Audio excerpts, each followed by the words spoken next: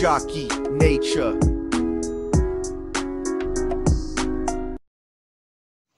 السلام عليكم.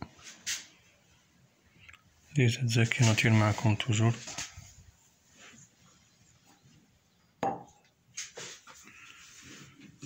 أصبحنا وأصبح الملك لله.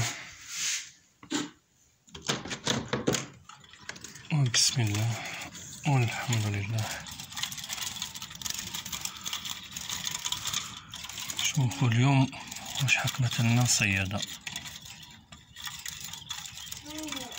بسم الله ما شاء الله لا قوة إلا بالله. بسم الله ما شاء الله. بسم الله ما شاء الله.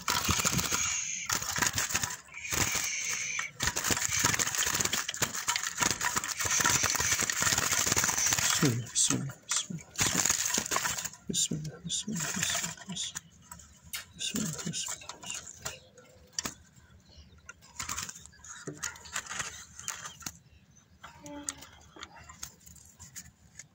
بسم الله.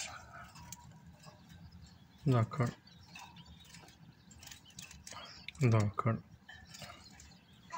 ما شاء الله من نوع بريطانيكا، حسون كامل تحميرة.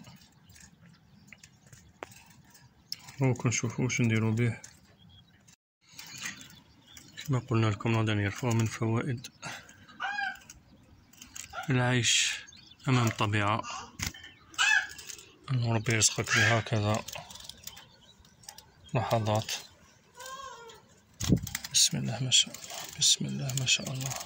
عنده الأنثى تاعو مازالها تغني عليه، راهي تحت راهي خايفة عليه. حنا ما علينا إلا أن نقولولو وتكل على الله. يلا يلا يلا.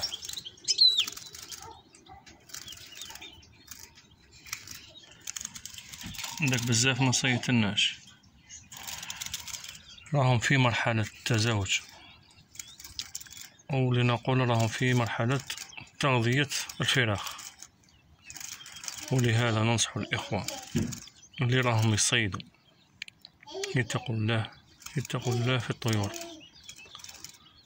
إن هذه المرحلة جد حساسة. اللي يحكم أنثى أو ذكر ما عليه إلا أن يطلقوا، لأن المهمة الآن تاع الإناث أو الذكور هي الذهاب لإحضار الطعام للفراخ وإطعامها.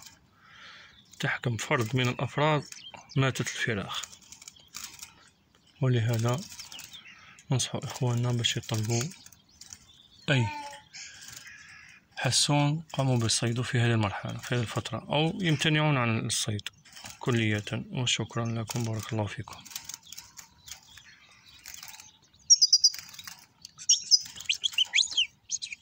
نعود نحط الصيادة واستمتعوا بالصيد.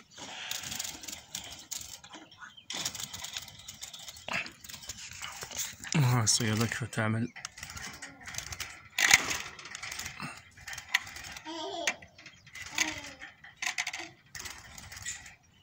وشكرا لكم.